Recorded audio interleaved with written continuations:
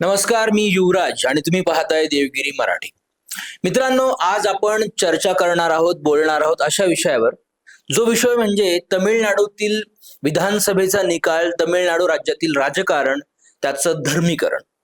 मित्रांनो, तमिळनाडूमध्ये आजपर्यंत डीएमके आणि एआयडीएमके या दोन राजकीय पक्षांची आजपर्यंत वैचारिक लढाई होती आणि या दोन पक्षातच ते युद्ध चालायचं. डीएमके जो पक्ष आहे स्टॅलिन यांचा, त्यांनी कायम धर्माविरोधी, देवाविरोधी भूमिका घेतलेली आहे. त्यांच्या पक्षाची विचारसरणी ही पेरियार यांच्या विचारसरणीवर चालणारी आहे. सगळ्यात पहिले आपण जाणून घेऊ की पेरियार यांचा विचार काय होता. पेरियार हे नास्तिक होते आणि सनातन हिंदू धर्म विरोधी होते. पेरियारांनी ज्या वेळेला 15 ऑगस्ट 1947 ला भारत देश हा ब्रिटिशांच्या पासून स्वतंत्र झाला, त्यावेळी 15 ऑगस्ट 1947 ला पेरियार यांनी काळा दिवस जाहीर केला होता. त्यांची खुली भूमिका होती की इंग्रजांनी भारत देश सोडून जाऊ नये आणि पेरियार यांनी जनतेमध्ये तमिळनाडूत जेवढी जेवढी आंदोलनं केली, ते आंदोलन इतके भयानक होते की पेरियार यांनी हिंदू धर्माला नीच दाखवण्यासाठी, देवी देवतांचा अपमान करण्यासाठी, ते खोटे आहेत हे दाखवण्यासाठी चक्क प्रभू श्रीरामांचा फोटो आणि माता सीतांचा फोटो ते एका पेपरवर छापायचे आणि पब्लिकली त्या फोटोंना चपला मारायचे, जोडे मारायचे. इतका प्रखर विरोध ते हिंदू धर्मांच्या देवी देवतांचा करायचे. पेरियारांचं एक कोट आहे की तुम्ही जर वाटेने चाललात, तुम्ही रस्त्याने जात असाल आणि तुम्हाला रस्त्यामध्ये एका बाजूला विषारी साप दिसला आणि दुसऱ्या बाजूला सनातनी ब्राह्मण दिसला, तर सगळ्यात पहिले त्या सनातनी ब्राह्मणाला, त्या सनातनी व्यक्तीला ठेचून ठेचून मारा. का? कारण विषारी सापापेक्षा जर जास्त विषारी कोणी असेल तर तो म्हणजे तो सनातनी व्यक्ती. इतका द्वेष, इतका विरोध या पेरियार यांनी सनातन धर्माचा केला. आता याच पेरियारांच्या विचारावर हा डीएमके पक्ष चालतो. मागच्या वेळी विधानसभेत लोकांमध्ये प्रचार करताना उदयनिधी स्टॅलिन यांनी जनतेमध्ये असं वक्तव्य केलं होतं की हिंदू धर्म हा डेंग्यू आणि मलेरिया सारखा आहे. जर या डेंग्यू मलेरियाच्या आजाराला वेळीच जर ठेचलं नाही, संपवलं नाही, तर तो आजार जसा वाढत जातो तसाच हा हिंदू धर्म आहे. यालाही वेळीच ठेचा, नाहीतर हा सगळीकडे वाढून जाईल. त्यानंतर आता निवडणूक संपली आणि ते म्हणतात ना, कर्माचं फळ मिळतंच, ते फळ मिळालंच. सगळ्यात पहिले त्यांचा जो डीएमके पक्ष होता हा काही सत्तेत आला नाही, त्यांची सत्ता गेली. त्यानंतर त्यांचे वडील आणि तमिळनाडूचे माजी मुख्यमंत्री करुणानिधी स्टॅलिन, या त्यांचा जो मुलगा आहे मुथुल स्टॅलिन, यांची तर आमदारकी गेली.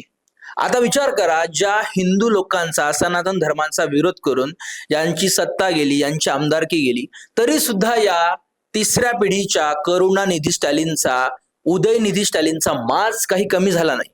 हा सुद्धा मूर्ख अवघ्याशा मतांनी निवडून आलाय आणि ज्या वेळेला विधानसभेमध्ये त्यांनी विरोधी पक्षनेत्याची शपथ घेतली, शपथ संपवताना त्यांनी पुन्हा एकदा वक्तव्य केलं की हिंदू धर्माला, जो इतर जातींना, धर्माला विभागतो, अशा हिंदू धर्माला तुम्ही संपवलं पाहिजे. आणि आश्चर्य म्हणजे हे वक्तव्य केल्यानंतर नवनिर्वाचित लोकांच्या मनातला सुपरस्टार आणि मुख्यमंत्री म्हणून निवडून आलेला विजय हा देखील तोंडामध्ये मूग गिळून बसला होता. एवढंच नाही तर त्याने त्या वक्तव्याचा निषेध केला नाही, त्याला विरोध केला नाही, उलट त्याला नमस्कार करून समर्थन दिलंय. आता विचार करा, ज्या विजयने स्वतःचा टीव्हीके पक्ष तयार केला, तो सुद्धा जनतेमध्ये सेक्युलरचा नारा देत होता. विचार करा, ज्यावेळी निवडणुकीमध्ये रॅली झाली, या विजयने सेक्युलरच्या नावाखाली तो ज्या धर्माचा आहे, तो ख्रिश्चन धर्माचा आहे, जोसेफ विजय त्याचं नाव आहे, त्याने येशू ख्रिस्तांचा फोटो का झळकावला? प्रश्न पडला पाहिजे ना. जर तो सेक्युलर आहे तर त्याने कुठल्याच धर्माचा फोटो दाखवला नाही पाहिजे, मग त्याने येशूंचा फोटो का दाखवला? विचार करा, स्वतःचा धर्म सोडत नाही पण हिंदू धर्माला नाव ठेवण्यात ही सगळी मंडळी पुढे असतात.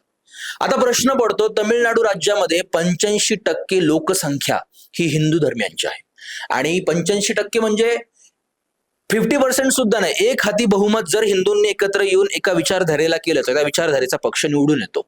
एवढी मोठी हिंदूंची लोकसंख्या असताना सुद्धा डीएमके सारखा उदयनिधी स्टॅलिन सारखा एक मूर्ख व्यक्ती एकदा नाही तर दोनदा तीनदा अनेक वेळा हिंदू धर्माला संपवण्याची भाषा करतो आणि या राज्यातील जनता ते वक्तव्य सहन करते, खपवून घेते, यापेक्षा पलीकडे दुर्दैव नाही. आता माझा दुसरा प्रश्न असा आहे त्या मूर्ख उदयनिधी स्टॅलिनला, तू ज्या हिंदू धर्माला संपवण्याची गोष्ट करतोय त्या धर्माला संपवण्यासाठी आजपर्यंत अनेकांनी प्रयत्न केले, ते संपले, हिंदू धर्म संपला नाही.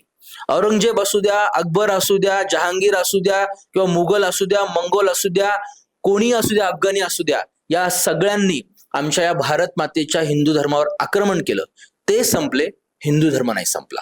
म्हणून स्टॅलिन, तुम्ही तुमच्या राजकारणासाठी, मतांच्या ध्रुवीकरणासाठी कितीही बोला, हिंदू धर्म हा संपण्यापलीकडचा आहे, तो संपूच शकत नाही. आणि त्या पलीकडे आमचा तुम्हाला थेट प्रश्न असा आहे, तुम्ही ज्या मातेच्या पोटातून जन्म घेतलाय ती माता सकाळ दुपार संध्याकाळ देवळात जाते, पूजा अर्चना करते, देवभक्ती करते.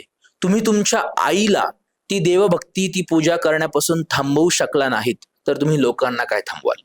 जर खरी सुरुवात करायची आहे, हिम्मत असेल, स्वतःच्या घरापासून करा, मग इतरांना सांगा. आणि शेवटचं, तमिळनाडूच्या हिंदू जनतेला एकच आव्हान आहे, झोपू नका, जागे व्हा. आज जर तुम्ही तुमच्या धर्माला वाचवलं नाही तर ही लोक उद्या तुम्हाला खाऊन टाकतील, एवढंच. तर मंडळी, तुम्हाला ही माहिती कशी वाटली आम्हाला नक्की सांगा. भेटूया पुढच्या व्हिडिओमध्ये.